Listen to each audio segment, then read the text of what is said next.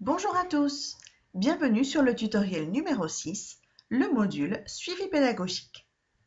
Je vous rappelle que vous avez accès à ce tutoriel depuis votre intranet formateur, disponible à partir de la page d'accueil du site internet JWCF. Depuis le 1er janvier 2017, JWCF demande à ses formateurs de saisir en ligne les cours réalisés chaque mois. Un des points clés lors de la saisie de ces heures est l'onglet Suivi pédagogique à compléter de manière obligatoire. Comme vous le savez, la mission du formateur est de pouvoir fournir un suivi et une traçabilité du contenu des cours effectués avec chaque apprenant ou chaque groupe d'apprenants. Plusieurs intérêts à ceci. Tout d'abord, lors d'un parcours multiformateur, il est impératif que chaque intervenant sache ce qui a été réalisé lors des sessions précédentes avec les autres formateurs. Nous vous rappelons également que les donneurs d'ordre, c'est-à-dire les directeurs ou les responsables des ressources humaines, ont accès à ce suivi pédagogique. C'est pourquoi il est nécessaire de le compléter avec clarté et précision.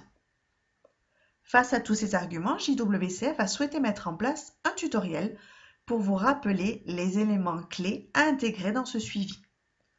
Tout d'abord, nous allons vous rappeler comment y accéder. Sur votre page d'accueil du back-office, vous sélectionnerez le menu Suivi des heures, puis Menu Suivi des heures et enfin Saisie des heures. Vous arrivez sur la liste de vos apprenants. Vous sélectionnez maintenant l'apprenant pour lequel vous souhaitez rentrer des heures. Nous choisirons ici l'apprenante Jeanne Lacombe. Vous arrivez donc sur la page habituelle de saisie où vous devrez entrer, comme vous le savez, la date du cours, l'horaire, le type de formation, la durée de la session, le lieu de réalisation et ce qui nous importe aujourd'hui, le suivi pédagogique de la séance que vous compléterez dans cet espace. Pour rappel, si vous ne remplissez pas le suivi pédagogique, vous ne pourrez pas valider votre cours. Nous allons maintenant vous expliquer ce que nous attend de vous en termes de suivi pédagogique. Il est nécessaire de compléter 3 éléments clés qui sont l'objectif de la séance, les activités réalisées au cours de la session et enfin les différents supports que vous avez utilisés. Commençons par l'objectif de la séance. Nous vous rappelons que l'objectif est le but de la séance. Il est nécessaire pour tout formateur de rappeler à l'apprenant en début de session quel est l'objectif de la séance. Ceci permettra à l'apprenant de pouvoir se projeter et de savoir vers quoi va tendre le cours. Concernant le suivi pédagogique à compléter sur le back-office, il sera nécessaire de commencer par un verbe à l'infinitif. Par exemple, un objectif de séance peut être maîtriser les comparatifs de supériorité et d'infériorité, ou bien encore d'être capable d'écrire un mail sans l'aide d'un dictionnaire, ou bien de savoir argumenter et donner son point de vue sur les différences culturelles. Voyons maintenant quelles peuvent être les différentes activités de la séance.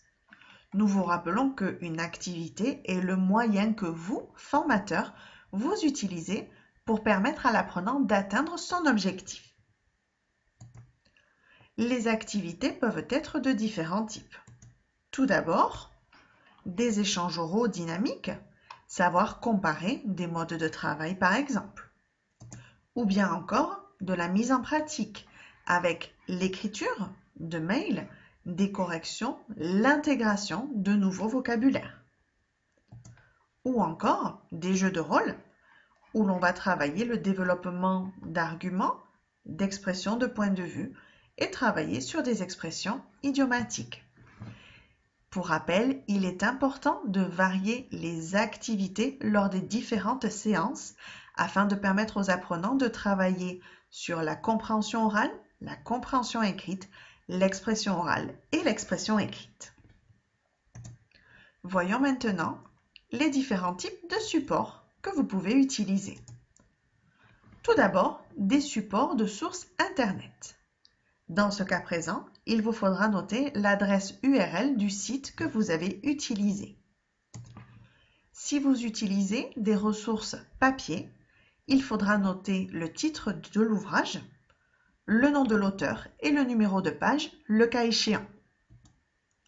S'il s'agit d'une source audio, il faudra indiquer le nom du CD et de la collection utilisée. S'il s'agit maintenant d'une source interne fournie par l'apprenant, il faudra noter le titre du document qui vous a été confié. Par exemple, dans le cas d'un support papier, vous pourrez noter support JWCF, les comparatifs réguliers et irréguliers. Dans le cas d'une source interne, par exemple, un apprenant vous fournit un mail qu'il doit envoyer à ses fournisseurs, vous noterez mail à des fournisseurs au sujet de commande 2018 par exemple. Et s'il s'agit d'un support vidéo, il faudra donc, comme vous le voyez ici, noter l'adresse URL. Voilà. Revenons maintenant à notre page sur Back-Office.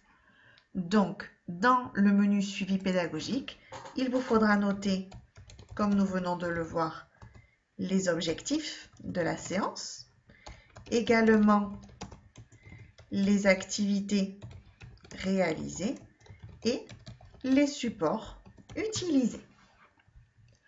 Voilà, nous espérons que ce tutoriel vous a permis de mieux comprendre ce que nous attendions de vous concernant le suivi pédagogique. Merci à tous de votre attention. À bientôt!